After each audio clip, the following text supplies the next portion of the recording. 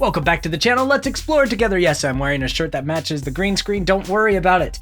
Today, we're checking out why the left think they are better. I've been wanting to check out a few more hot topic videos on this channel. I was going to watch something by Vosh, since people always say they want me to debate that guy. But the dude doesn't have any actual videos. He has just really long clips from live streams. I don't want to get through all that. But if you have fun political videos for me to check out, let me know. We'll add that into the rotation of stuff to look at. So why the left think they are better. Now, in my experience, this is a cool look with the green screen. In my experience, people who are on the far liberal left, they tend to think that they're like the good guys and everyone else is the bad guys. Whereas like most other political ideologies don't generally think that way. Like if you look at the conservative right, they don't think that everyone else is the bad guy. They think that everyone else is wrong. There's a big difference. But people on the left don't think that the other people are just wrong. They also think they're immoral and evil for not agreeing, which tends to be why a lot of the ideologies of the left is a lot more dangerous. This hasn't always been the case. In a lot of past political notions, it was the reversal. But the current political climate, and I believe this is a current video, is that narrative. So let's see, though, what this video with Peter Hitchens has to say. Perhaps I'm not even close to the mark, or perhaps that's what we're going to see here.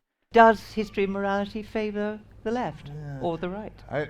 Chris is an ex-vicar. I'm an ex-Trotskyist. And when I was a Trotskyist, of course, I had no morals at all, which was the whole point of it, that you set out to do what you thought was right at the expense of anybody or anything that got in your way. And had I ever been in a position to do it, I would have done terrible things to my opponents on those grounds, because I believed so profoundly that I was right. And one of the reasons why I am now, oddly enough, in the same church as Chris Bryant is because I decided to put a stop to all that. I didn't think it was legitimate anymore to believe so strongly that I was right, that I could even think of treating people as I would have done had I successfully achieved the Bolshevik Revolution, which I sought so actively in the 1960s and 1970s. So morality in politics seems to me to be dangerous. The other thing about morality is it seems to me to be increasingly, as I get older and nearer to being dead, that it seems to me to be very much about yourself and not about other people. It's a good point. I like two big points he made here. He said, one, morality in politics is dangerous. I agree full-heartedly. I try to keep morality and politics in two separate boxes. You'll hear me talk about this in a lot of topics that get into moral implications. And I go, look, you have to look at this logistically more than morally, because morals are so much more intangible and, subjective. Whereas you could take some concrete, objective pros and cons to things and actual impacts, and then make sure after you've done that to do a quick, light-hearted moral scan over that.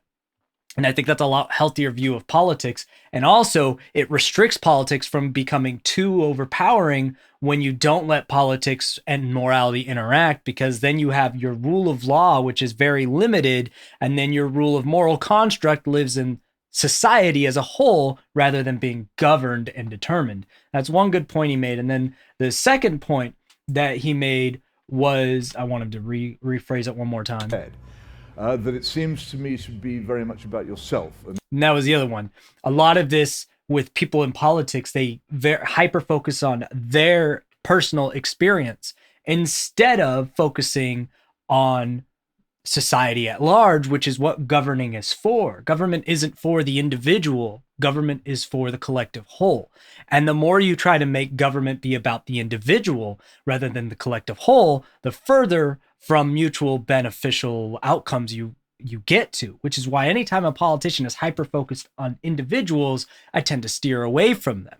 You shouldn't be hyper-focused on individuals. On the right, a hyper-focus on individual freedom is a red flag. On the left, a hyper-focus on protecting or helping or enabling the individual is a red flag. Anytime political campaigns are hyper-focused on you, the individual, you know that it's a platform that is not sustainable and is not practical. What you want your political pundits to be looking at, that's not the right word, but what you want your political representation to be looking at for you is large scale. What's the best for the whole, for the community, not the individual, because the government should not be concerned with the individual. It should be concerned with the society at large. And not about other people.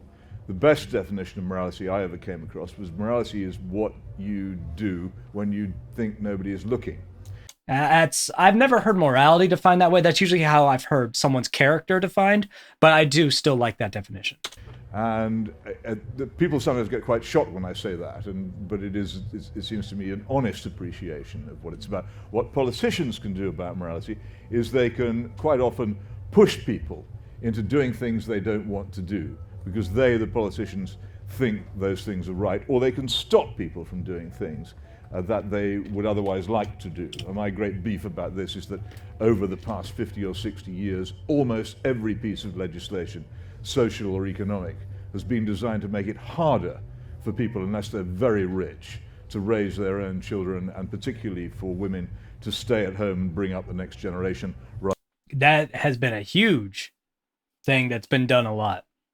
This idea that everything has made it that everybody in the household has to work. You know, unless you're rich, unless you're very well off, it's hard to have only one person working and the other one stay at home and rear the children. Is it a mass giant conspiracy? I don't think so. But I do think it's something that's happened due to leadership having these other agendas of self-gratification, them wanting to get more power, them wanting to get more money, and manipulating the American people, and other countries have done the same, manipulating them by doing politics that focuses on you, and that's led to this slippery slope. Rather than going out and being wage slaves. I will say one other thing, that the left over that period have tended to take the view that simply by holding the opinions they have and being on the side of what they term progress. Looks like we're getting to the meat and potatoes of what we came to this video for, so let me rewind it. That simply by holding the opinions they have and being on the side of what they term progress, they are themselves moral. And that those who don't hold their views, which I don't, are themselves immoral. So I take, for example, the fact... That's what I was saying at the start, right?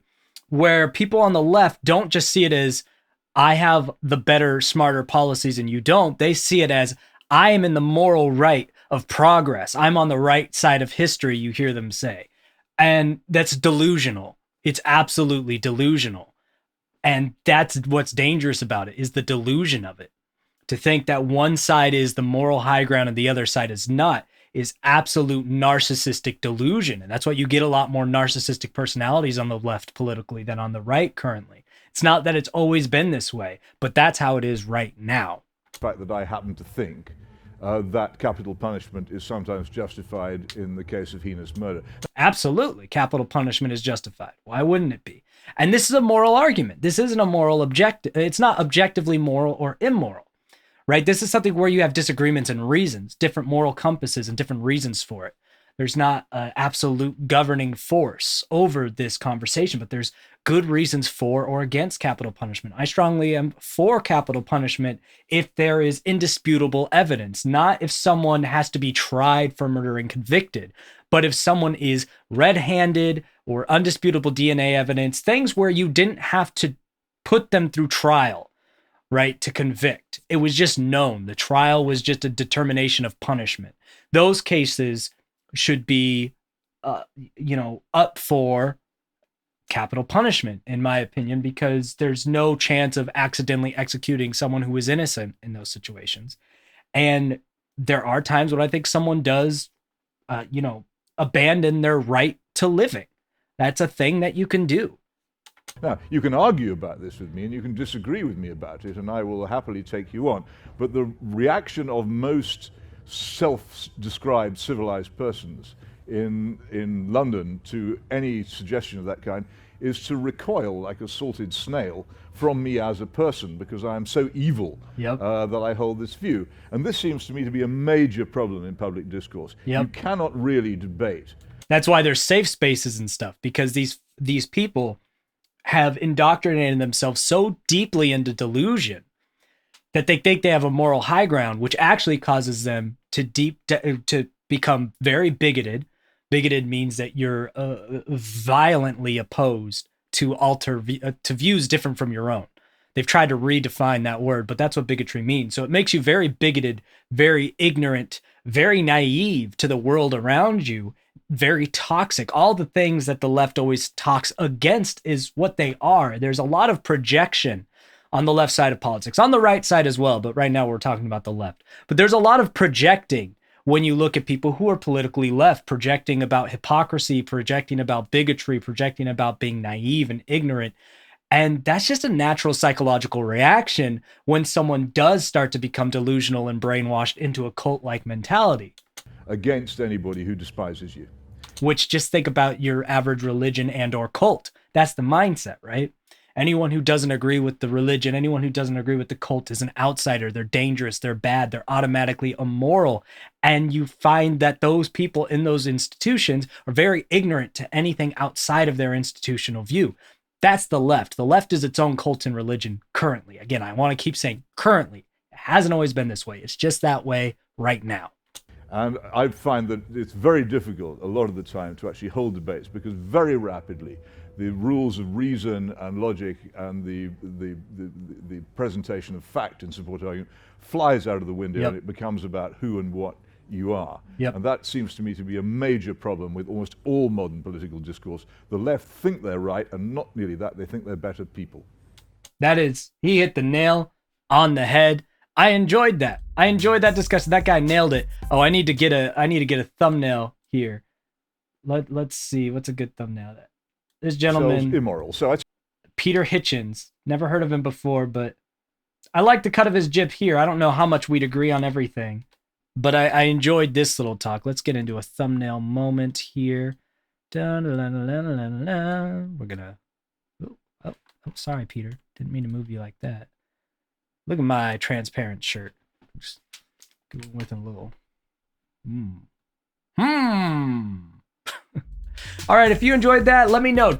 Comment below other political stuff I can check out if you made it to this part of the video. Subscribe for more, and until we explore again, see you next time.